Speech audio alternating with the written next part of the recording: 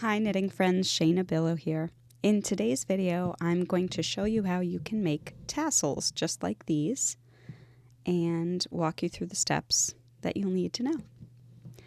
The first thing we want to talk about are our materials. You'll need a good pair of scissors. A comb is handy, optional, but handy because you can brush out the strands of your fringe on the tassel. A tapestry needle is necessary to help sink the yarn into the little knot that we have here. You'll need yarn, of course, to make your tassel. I have a steamer set up right around the corner from me that I'll be using during the demonstration. And I recommend using boxes or books to make your tassels. So what I have here are 3 different length tassels. This tassel, this little pink tassel, I made by wrapping the yarn around this box this way. This long tassel I made by wrapping the yarn around this box vertically. So you can see how the size of your wrapped piece, the box that you're using or book that you're using, will help dictate the size of your pom-pom. So you can see that the size of the box or book that you're using will help dictate the size of your tassel. And here, this was the size of the tassel that I got by wrapping around the book in this direction. So just for some perspective. I would recommend, if you're going to make a nice, big, thick tassel like this one, that you wrap your pieces longer. This amount of yarn doesn't work well in a tiny tassel like this. So here I've got a thinner yarn in this tassel, a medium weight yarn in this tassel, and in this I have a mixture of all different textures, but there's a lot of it. So kind of think about that as you're deciding how long and how much yarn you want to use in your tassel. Let's get started. I have a couple tassels made in this size using worsted weight yarn, and I'd like to make a few more so that I can make a little bunting with the tassels, a little decoration for my house. So what I did when I made these tassels was I kept track of how many strands of yarn were in each tassel, and there are 40 in each of these tassels. So I took my yarn, and one of my tricks here, since we're just trying to wrap the yarn as quickly as we can, one of my tricks here is to use the inside and the outside of the ball of yarn. So I have the strand of yarn from the outside of the ball of yarn and the strand of yarn from the inside the ball. And now, instead of having to wrap 40 times around this book to get 40 strands of yarn, I only have to wrap 20 times. So here we go. So I have 2, 4, 6, 8, 10, 12, 14, 16, 18, 20, 2, 4, 6, 8, 32, 34, 36, 38, and 40. So now my tassels will be the same size because I know how many wraps I've done with each one. So if you want your tassels to be consistent from one to the other for a particular project, make sure you keep track. And for some of the tassels that I've done, I've held 4 strands of worsted weight together. There I would only wrap 10 times around to get my 40. So I'm cutting the yarn away from the book, and then I'm just going to cut once right here. And now I have these long pieces of yarn that will become my tassel. So the next thing that I need is a length of yarn that's a little longer than the tassel itself. And I'm going to put the center of the tassel, the center of those fringe pieces, right on the yarn. You can use a tape measure if you like to find your center, or eyeball it as I'm doing here. And you're going to tie an overhand knot right there at the center of your fringes or tassel fringes. And then I'm tying another knot. So this is a double knot to help keep that tassel top really secure. Okay, so I've tied a double knot. If you feel insecure about that, you can tie a triple knot. That's fine. the next step is to fold over your tassel. And you have two options here.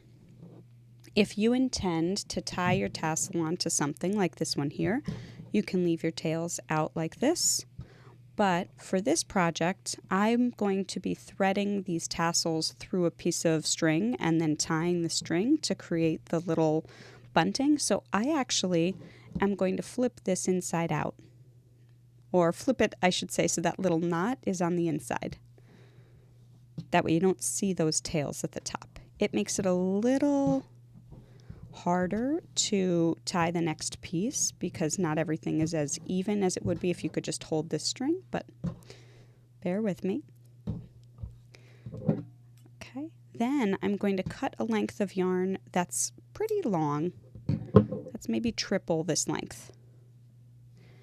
And at this point, I'm going to tie this part here. So I'm going to lay my tassel right on top of the yarn at about the distance that I want the little tassel bulb to be. And you'll notice this strand of yarn on the left is about the length of the other tassel fringes. That is intentional. The strand on the right is pretty long. I'm now going to tie a double knot again. One, and hold that as tight as you can. And I'm going to just tighten it a little bit before I finish the second knot. There we go. And then the tail that was shorter, just leave along with the other tails in the tassel. Now is when you'll need your tapestry needle, so have that nearby. Okay, we're going to take this long strand and start wrapping. And I believe I did 10 wraps on my previous tassels, so that's what I'm doing here. Okay, so here again, you can keep track of your wraps and do the same number of wraps on each tassel. In fact, that looks a little smaller on the little orange tassel. You don't have to do this many wraps, or you could do a lot more wraps, or you could even wrap with a contrasting color.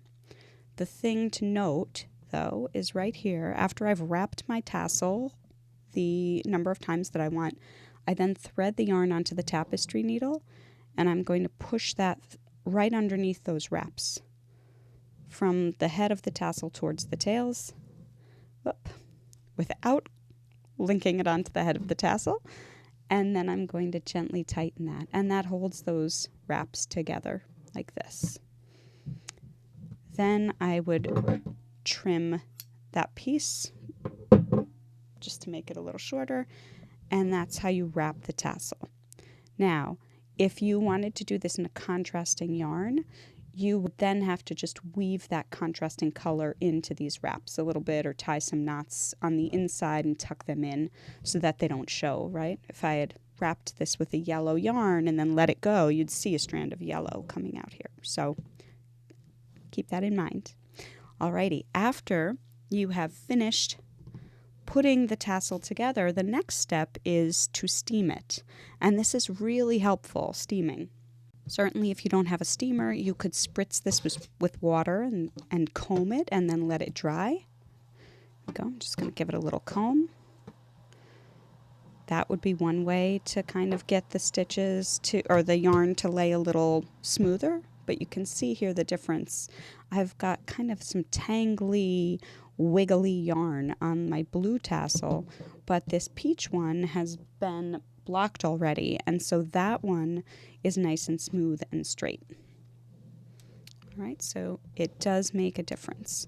When I have a tassel with this tail up here, I hold the tassel up in the air and I kind of bop it with my steamer to help get the tails straight. I bop it and then I comb. All right, so I'll hold that up in the air to avoid getting the steam on my table. But here I don't have that little tail. So very carefully, what I'm going to do is grab my steamer and just give it a little steam and a shake. A little steam, being careful not to get my fingers with the steam because this is very hot. That's the point of it, right? But you can see already that tassel is becoming much smoother. And you can also see I did not tie my tail in the center of the tassel, but that's okay. I planned for that. You can see how much shorter the tassel is than finished than what it is when I have my tails. So again, I'm just steaming out a little. Give it a quick comb. Alrighty. And then I'm going to trim it to match the other tassel length.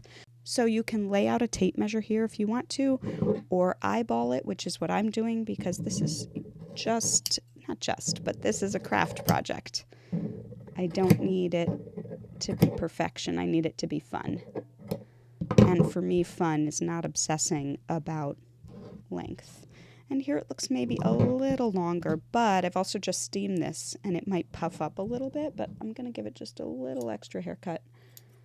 There we go. That's my one tassel finished. And it's the same concept when you do a tassel with multiple yarns like this one. You just wrap all the yarns that you're using, tie it in the center, and then wrap around the side.